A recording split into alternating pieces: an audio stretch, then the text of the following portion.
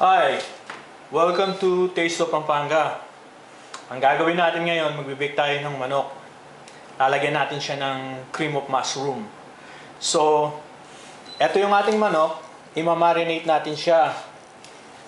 Ang una natin ilalagay, lemon. 1 tablespoon of lemon. Pagkatapos, lalagyan natin siya ng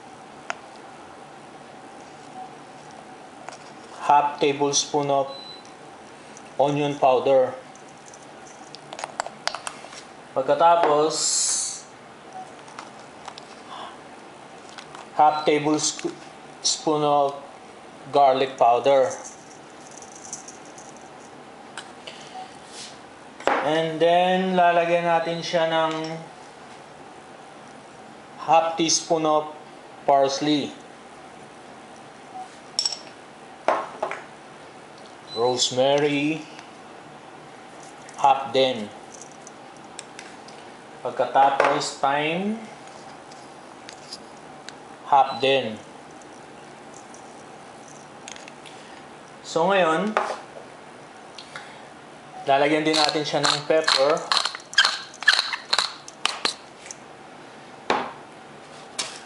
At salt.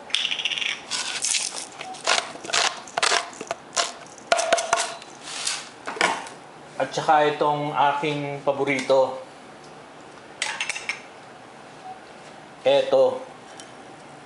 Hindi ko siya mabigkas, pero layan parents na lang. 1 tablespoon.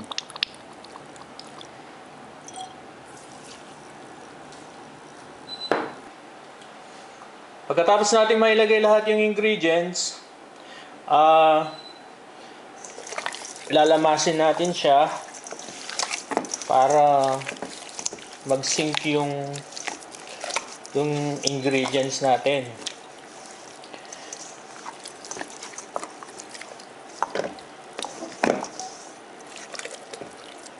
Kailangan pati loob.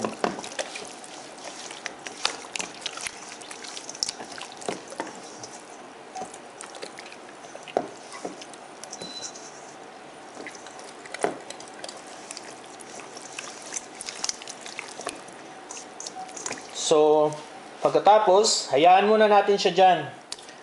Mga 30 minutes. And then, ilalagay natin sa isang lalagyan para ilagay natin yung ating mga cream of mushroom. Balikan natin after 30 minutes. So, ito na yung ating manok. Ilalagay na natin yung ating cream of mushroom. Bale, 2 lata ang ilalagay natin. Lagay muna natin yung isa.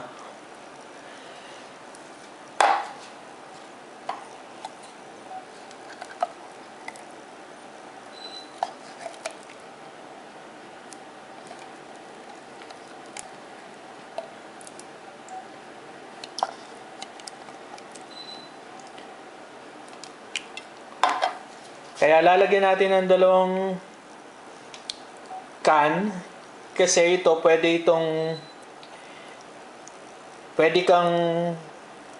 mong gawing sauce sa pasta.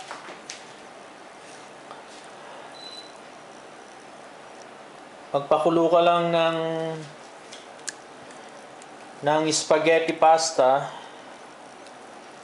tapos yun, and then ihalo mo lang yung sauce nito, may pasta ka na.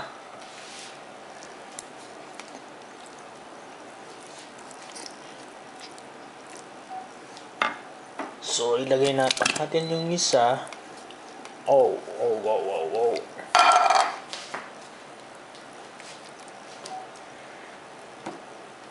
So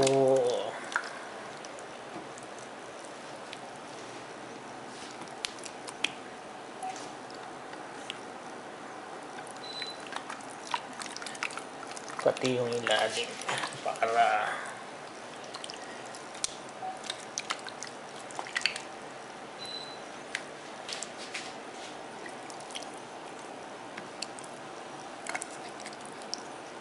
Kailangan meron din yung loob para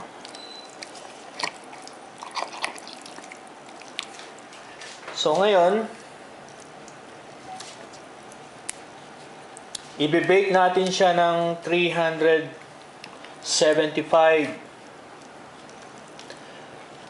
Pagkatapos, i-bake ng 1.5 hour.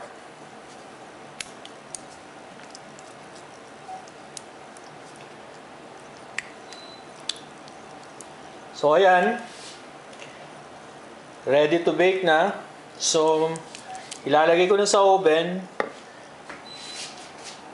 Na preheat ko na yung oven na 375. So ilalagay ko na siya. So mamaya babalikan natin. Pakikita ko sa inyo sa loob ng oven. So ayan sila, dalawa yung niluto ko kasi may bisita ako darating. So, yan ang request nila sa akin at gusto nila na may pasta. So mamaya pakikita ko sa inyo pag malapit ng maluto. Balikan natin sila maya-maya. Eto na, malapit na siya. Malapit na silang maluto. Meron pang 26 minutes. Maluluto na siya. Balikan natin ulit mamaya. Eto na, luto na yung ating baked chicken with cream of mushroom. Ito yung sinasabi ko sa inyong pwede nyong gawing pasta sauce. Magpakulo lang kayo ng ng spaghetti pasta and then pwede nyong ilagay dito. So nakatapos na naman tayo ng isang putahe. Hanggang sa susunod na video. So, maraming salamat at huwag kalimutang mag-subscribe. I-like nyo na rin, i-share nyo na rin. So, abangan nyo yung aking Portuguese chicken with peri-peri sauce. Gagawin ko yun sa susunod na video. Maraming salamat.